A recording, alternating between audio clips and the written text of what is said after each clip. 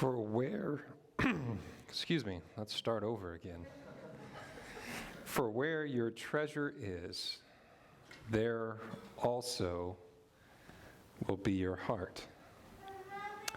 These are Jesus' words in Luke chapter 11.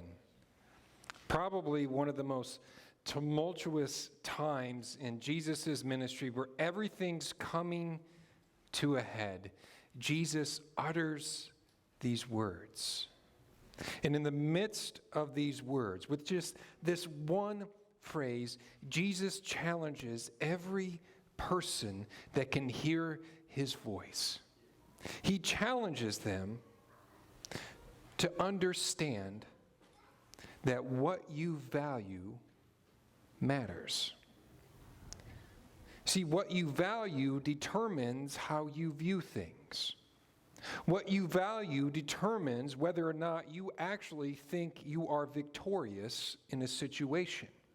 And what you value determines what you venture towards in your life. You know, as Jesus approaches the end of his journey here on earth, you can feel kind of the tension rising all around him. And as this happened, he wants to ensure that everyone around him is going in the right direction and that they value the right things. Because remember what he said, for where your treasure is, there your heart will be also. You know, unfortunately, even with the best intentions, you and I miss the point sometimes, don't we? If there could be a title to this thing called life, perhaps it should be called Adventures in Missing the Point. Or at least that's what I would entitle chapters of my story. You see, as Jesus comes forward and we find him in Luke chapter 11, he's actually going to address a group of people that had the best intentions in the world, but they were drastically missing the point. And not only were they missing the point, they were valuing the wrong things. And remember, what you value determines how you view things. What you value determines what you consider a victory. What you value determines what you venture towards in this life. And that was scary for Jesus. It was scary for a couple of reasons, but it was mainly scary because for where your treasure is, there will also be your heart. In about the middle part of Luke chapter 11, and by the way, I want to invite you to turn there now if you already haven't. If you don't have like a physical Bible, I want to encourage you, even if it's today, even if it's now, to download the YouVersion Bible app. It's what I use, and it is phenomenal. There's tons of translations, there's tons of devotions, there's tons of plans that you can just gain access to God's Word outside of this 2 hours that we are gathered here today.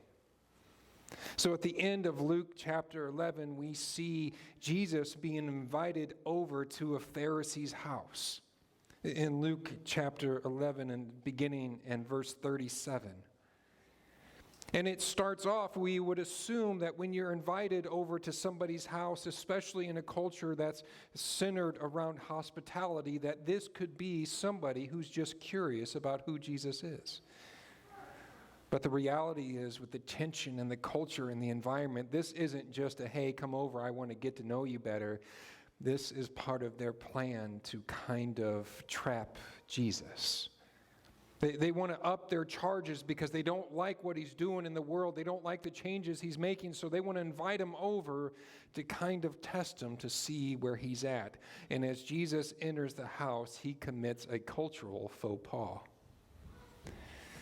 He doesn't wash his hands.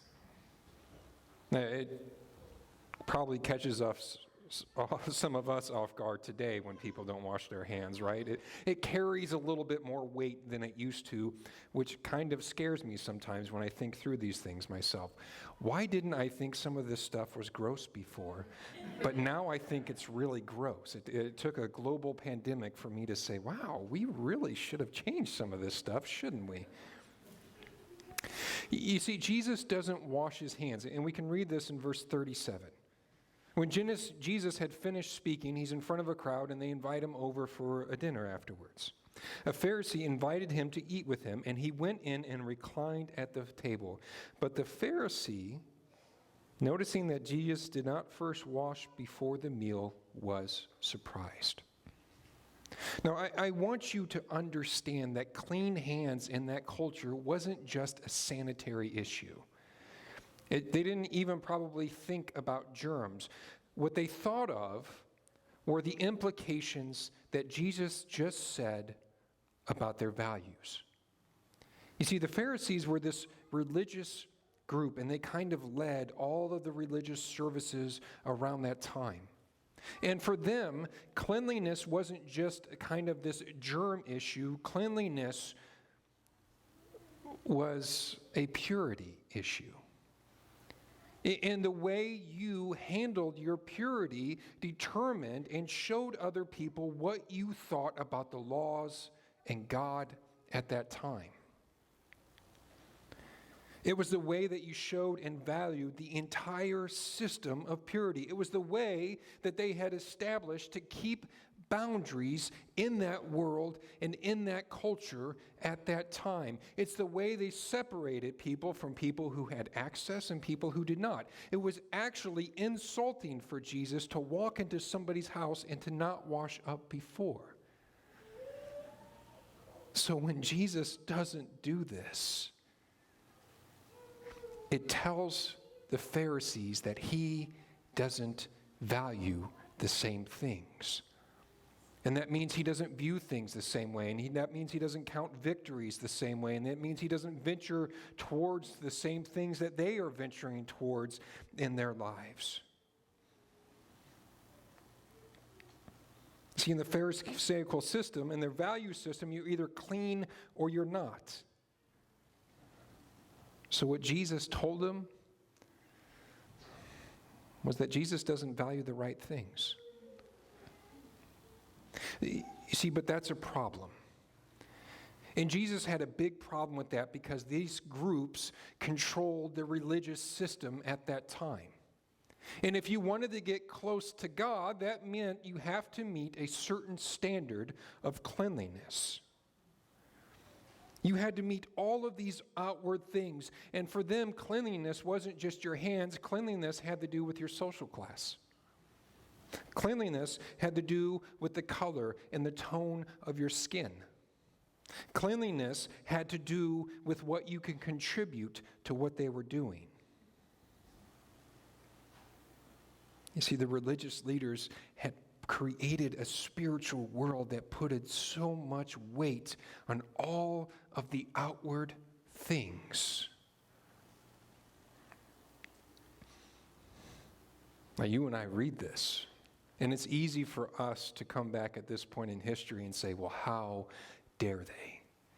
How dare they limit access to the God of the universe based on simple outward things?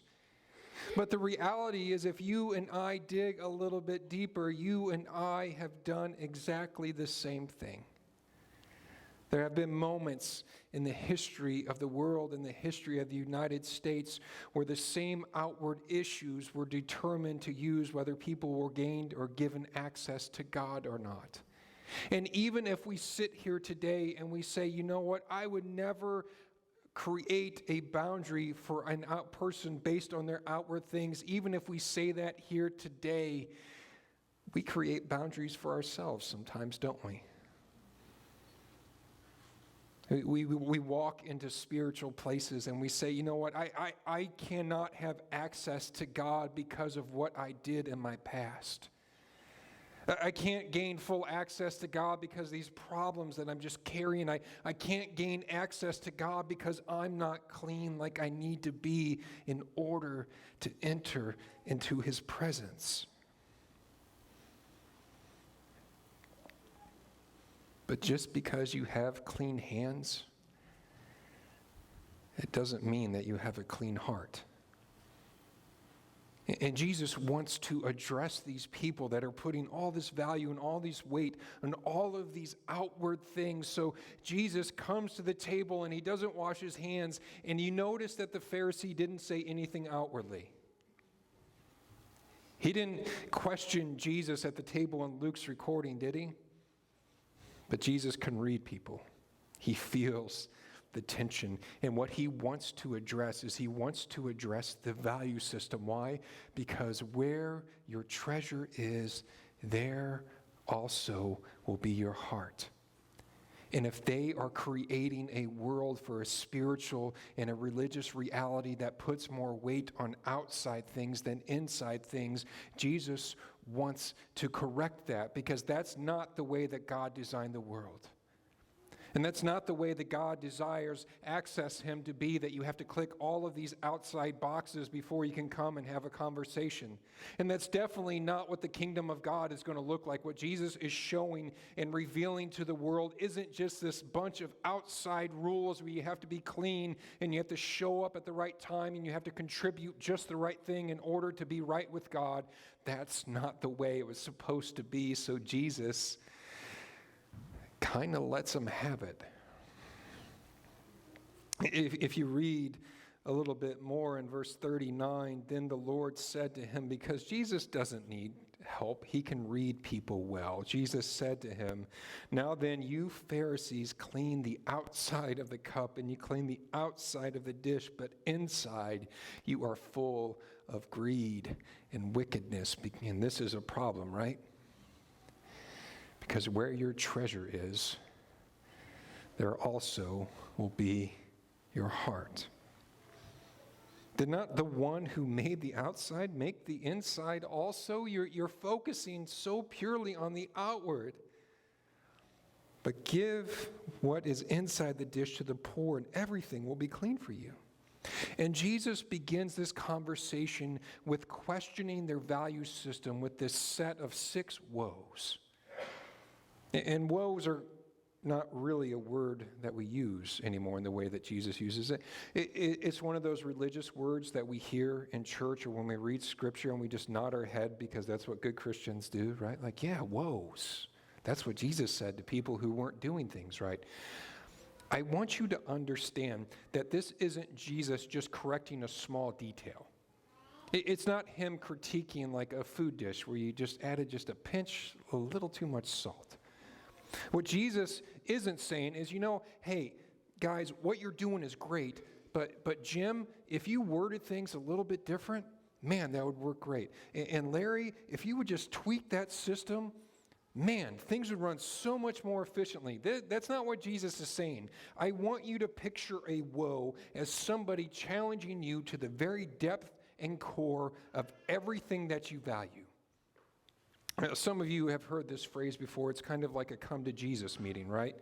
Where we're going to sit down and we're going to talk about some things.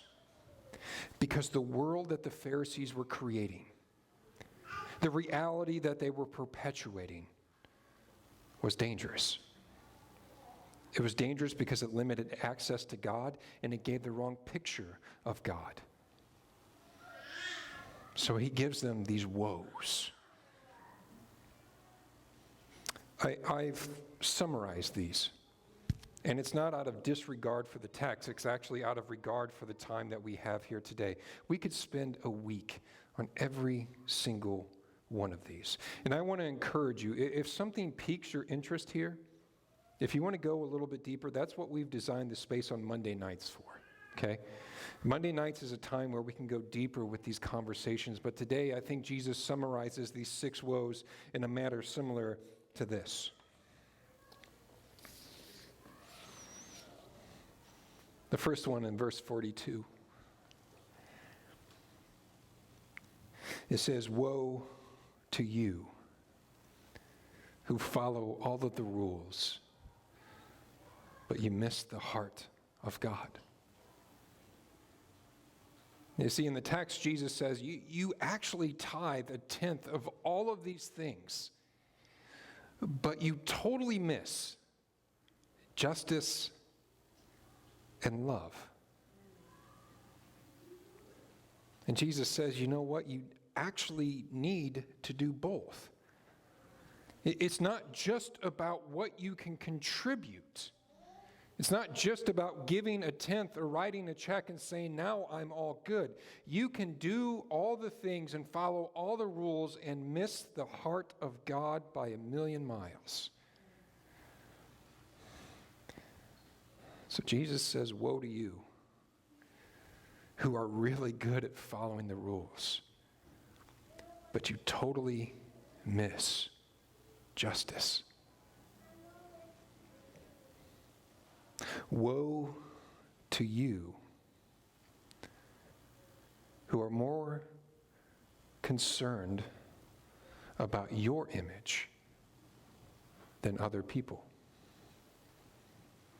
You see what he talks about with the Pharisees is you are so concerned about having the best place at a table, about people noticing you in the marketplace, about people looking at you and being impressed by you and following you. You are so concerned about those things, but you lack concern for other people.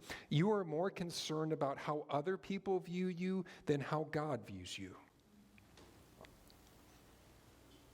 And he questions that value system. How can you be so concerned about image but pass up somebody who needs your help? Because a little bit before this, there's the parable of the Good Samaritan, right?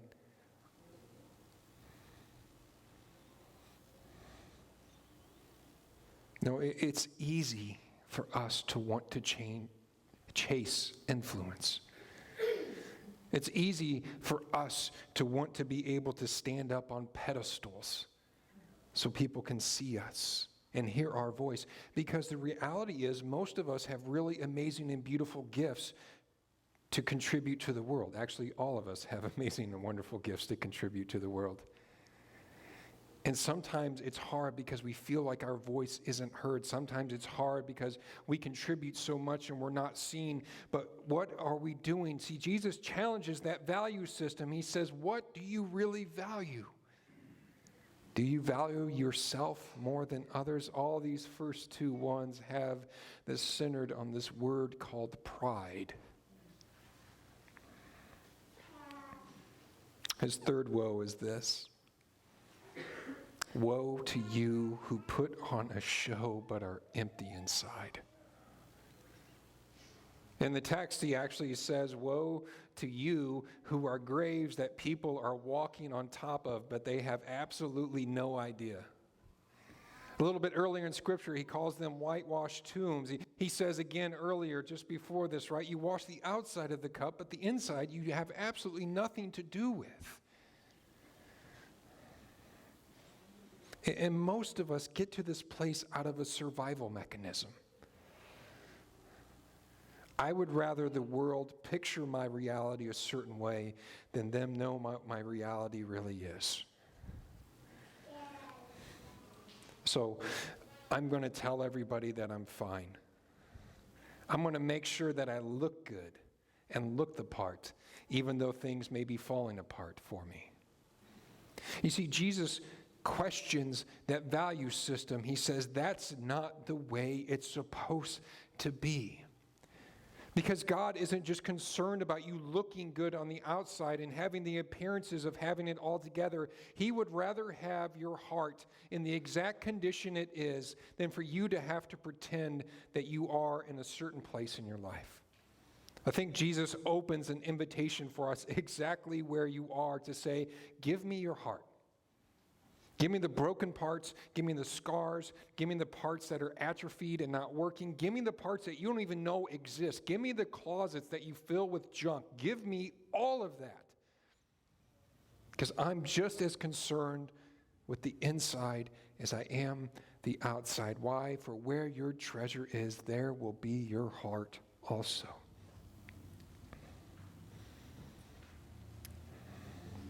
It's almost like when I was a mechanic, we always used to say the phrase, a little paint and Bondo can make anything look good. But what good is this immaculate looking car without an engine or transmission? It looks good, but it's never going to go anywhere. And it's not worth what it looks like. That's not what God desires. The fourth woe is this. Woe to you who judge others by their actions and yourself by your intentions. We talked about this a couple weeks ago, didn't we? You see, the Pharisees were so concerned with these rules that Jesus says, you actually burden these people with so many rules that they can't even do them or can't even move past them, but you actually watch them and don't do anything to help them. People who are genuinely curious about what God has to say about these moments in my life, people who are in horrible places in their life and they're saying, where does God meet me at that intersection? And where God met them was with a list of rules if you were a Pharisee. Well, if you would just clean up, if you would just stop doing this, if you're really serious about this, then maybe you can have access to God and maybe He would change your life. Woe to us who judge others by their actions and ourselves by our intentions. Because a little bit later on, in Acts in the Jerusalem Council, the apostles agree to say, listen, let's not put too heavy of a yoke on people that we can't even do ourselves.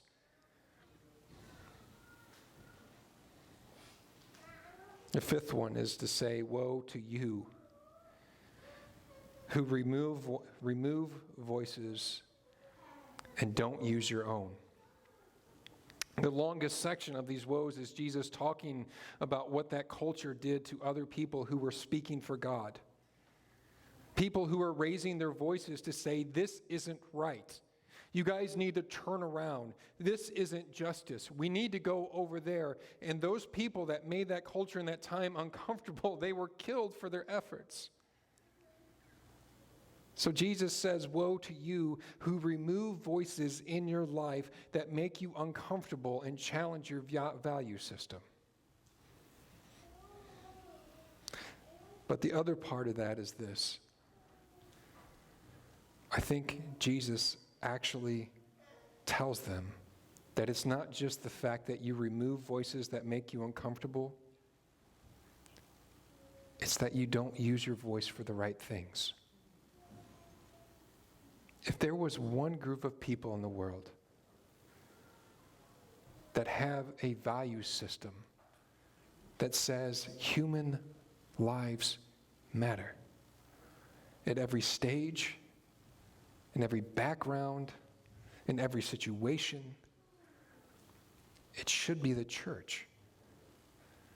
If there was one group of people that should use their voice against any form of injustice, any form of ism in the world that detracts from the image of God, it should be the church. So it's not just about us removing the voices that make us uncomfortable. It's also about us who don't use our voice in uncomfortable spaces. Standing up and being the voice for those who have had their voice taken away.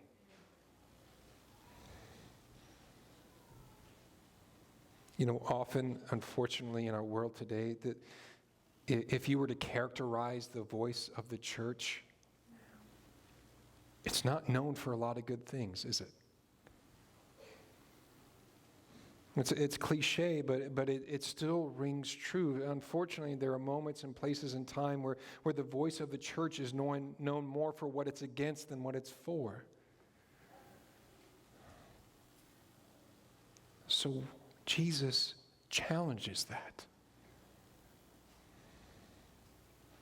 And the sixth one is, woe to you who create a reality that is absence of God's design and desires.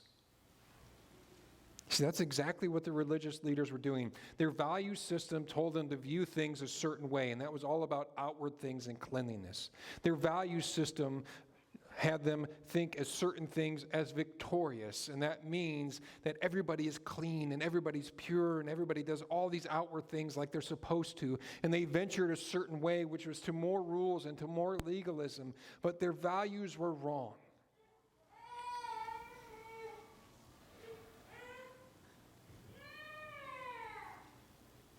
Jesus says, "Woe to you, experts in the law, because you have taken away the key of knowledge. You yourselves have not entered, and you have hindered those who are entering." It's almost as if the people trying to walk through the doors of the church, or the people wanting to understand what God has to say or where God meets them in these difficult times, were just met with rules and regulations and purity, and telling them what they weren't supposed to do, and criticizing them for the things that they have already done when they're in pain.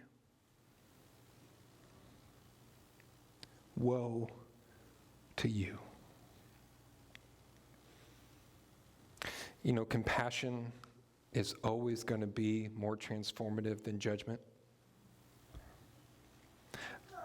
If I were to have been met with a list of rules, if I would have been met with judgment for the times I slipped after I first started going to this thing called church, I would not be standing here today. If it wasn't for the grace and patience and mercy of God displayed through people like you, I would not have been here. I don't like rules. There's something inside of me that just naturally rebels against them, okay? But when we create these barriers around God, we limit access to Him. And here's what it all comes down to for me. And here I think is where Jesus leads with this. Beginning in verse 12, I think he said, you know, all of these outward things that you're putting all of this weight on, all of these outward things that you're putting your value and your purpose and your worth on, whether it's having influence or it's looking a certain way, all of those things eventually go away. There's going to be a time and a place and a moment where nobody's going to remember you. There's going to be a time and a place and a moment where all that influence you have can be gone in a second, where the buildings that you're standing in may no longer exist. So when all of that goes away, I want to be sure that I'm at the very center of who you are. And Jesus saves this part for the disciples. He questions the value systems of the Pharisees and basically says, you're valuing the wrong thing. You're putting weight on the wrong side of the equation. In chapter 12, he says, whatever's done in the dark is going to come to light. Whatever you're hiding is going to be found out. Whatever's inside is eventually going to become and go outside. And I hope that when that time comes, that people will find me. So Jesus is challenging them. He says, don't be like them. I know you're going to be tempted to judge your progress, your worth, and your value, and your influence by everyone around you, but I want to be a center. When all those things go away, I hope I am there somewhere. Because I have created you, and I know you. I know the numbers of hairs on your head, he says in chapter 12, and I know you intimately. I know your worth and your value and your purpose. And if any person should have influence on your worth or your value or your identity, or if any person should be able to say, this is where I want you to go and this is what you should value, it should be me. I want to be the center of your story. Even with all the pain, even with your past, even with the problems that you're currently facing, even with the perfection that you're trying to achieve or the presentation that you're trying to put on, when all of that goes away or when all of that is revealed for what it really is, I want to be the center of who you are. Because when I'm the center of things, there's a lot of things you don't have to worry about. This is what he goes on in chapter 12, verse 22. He says, do not worry. Don't worry about what's going to be there. Don't worry about what you're going to eat or what you're going to drink. Don't worry about what other people think about you. Listen, because all of that, in the end, is going to go away. I want to be the center. Because the people that worry about all that type of stuff, they don't have me at the center of their lives.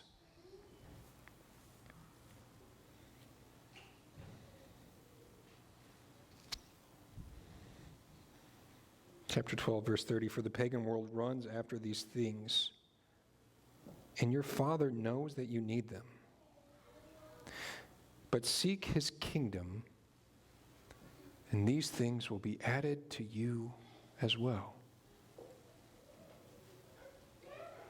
Don't be afraid, for your Father is pleased to give you the kingdom. Sell your possessions, give them to the poor, provide purses for yourself that will not wear out, a treasure in heaven that will be exhausted, where no thief comes near and no moth destroys. For where your treasure is, there your heart is also. As we come to the close of our time, I have a couple of questions I want to ask you to reflect upon. My first question is this: what do you value?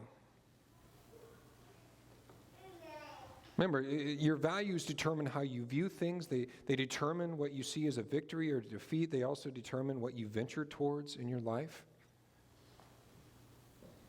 So what do you value?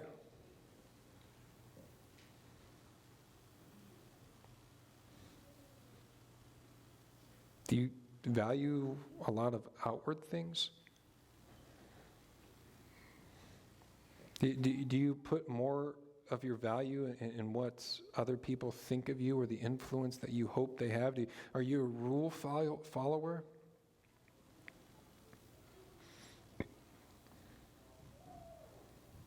My second question is this: where's your heart?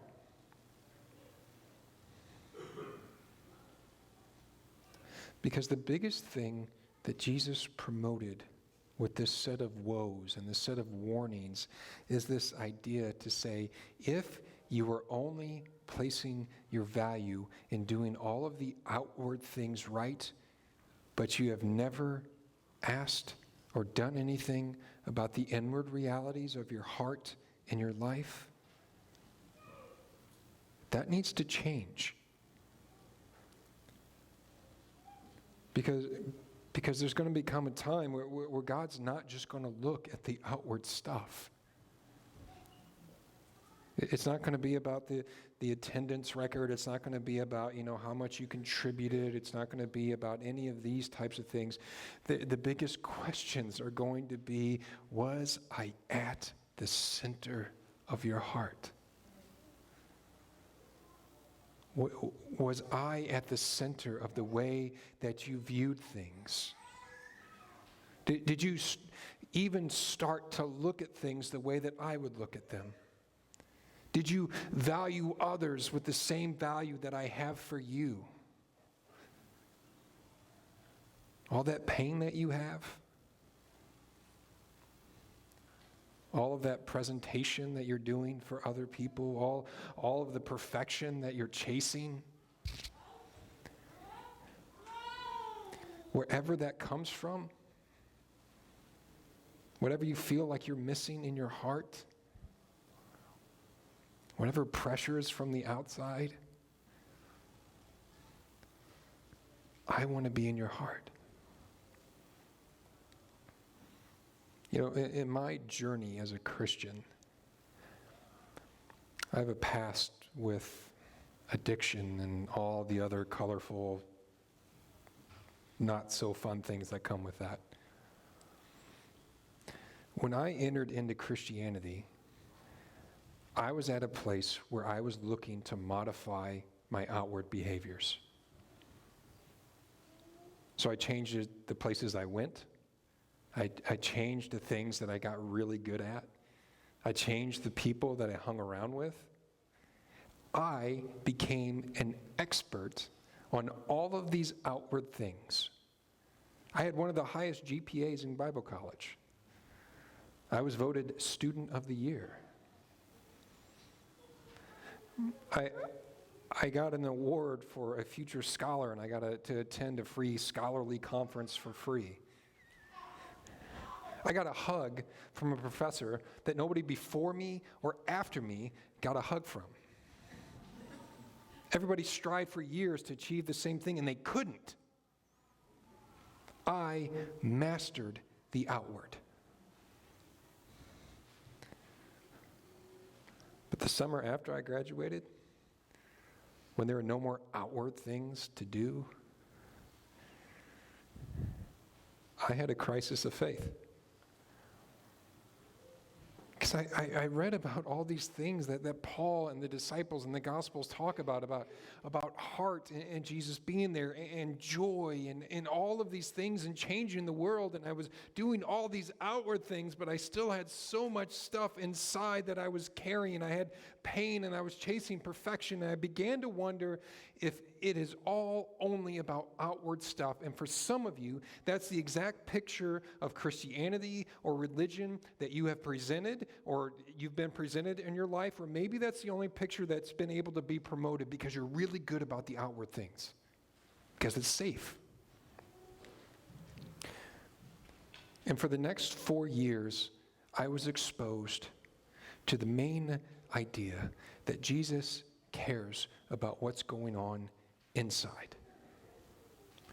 Jesus cares about the pain and the scars that I have from my childhood.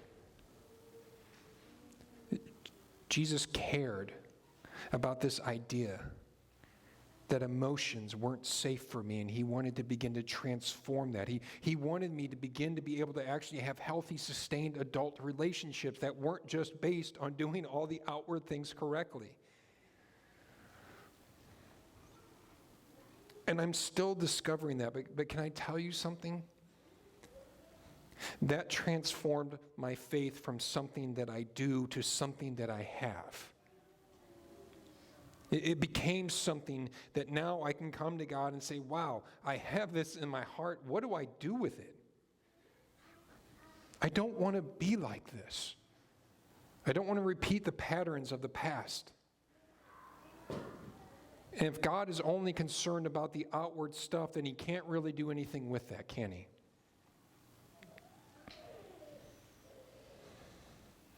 So where's your heart?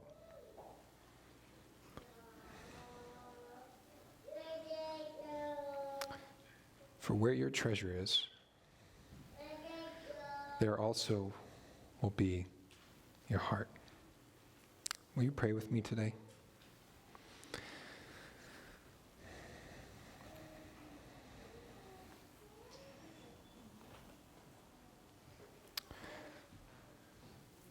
Father, in this room, I know that every single one of us is carrying different things.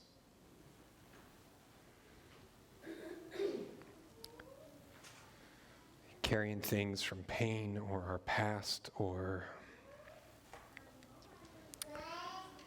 carrying the overwhelming, just lingering sense of guilt of not being perfect.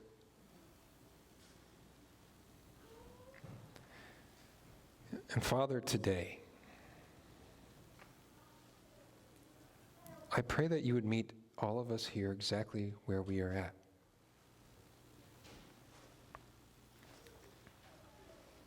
Meet us in the mess. Meet us in the things that we can't describe. Meet us in the things that we want to change. Meet us in the middle of these good things that we want to keep doing in our lives. But as we do that, I pray that we would open our minds and our hearts to you and to your Spirit. I pray that the work that you want to do inside of us could continue to be done so that we can change the world outside of us. So, Father, meet us here. Meet us here, and we invite you collectively here today, although begrudgingly, to begin to reveal and show us the things that we value that may not be the same things that you value. Father, if there's spaces where we are removing uncomfortable voices or that we need to use our voice, Father, I pray that you would reveal that. Father, wherever our heart is, whatever we're carrying, wherever we're being led, would you just meet us here today so that we could change, and that you can meet us. We ask this all in the name of your Son, Jesus. Amen.